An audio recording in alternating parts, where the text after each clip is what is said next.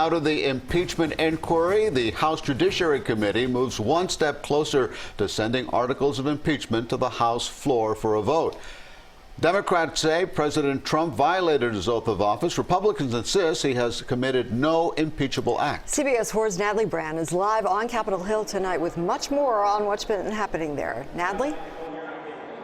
Diane, Elliott, they've been debating that very point for the past 8 hours now in this final fierce fight. It could be another very long night for members on the House Judiciary Committee.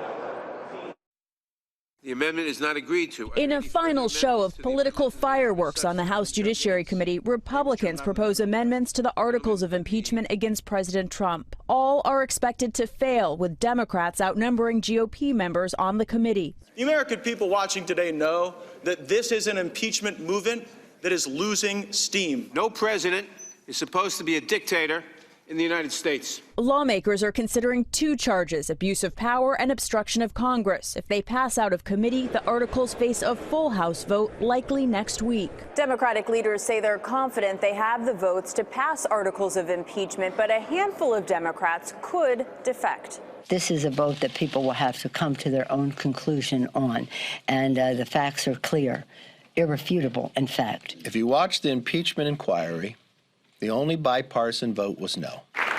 President Trump did not touch on impeachment at a White House event on child care and paid parental leave, but on Twitter he called the hearing phony and retweeted arguments made by several Republican committee members. CBS News has learned the president is considering adding attorney Alan Dershowitz to his personal legal team if impeachment moves to a trial in the Republican-controlled Senate.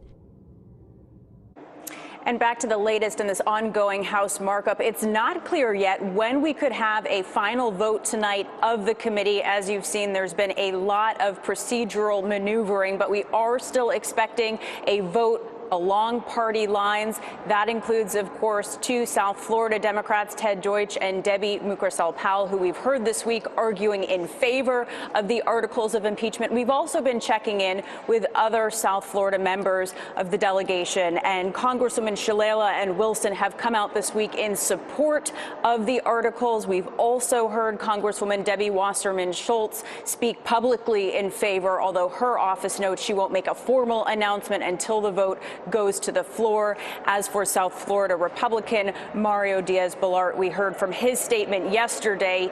He's a firm no. Send it back to you. Both sides are entrenched. Natalie Brand, thank you for that live update from Washington. Look for much more on the impeachment vote tonight on the CBS Evening News with Norah O'Donnell at 6:30 after CBS 4 News at 6.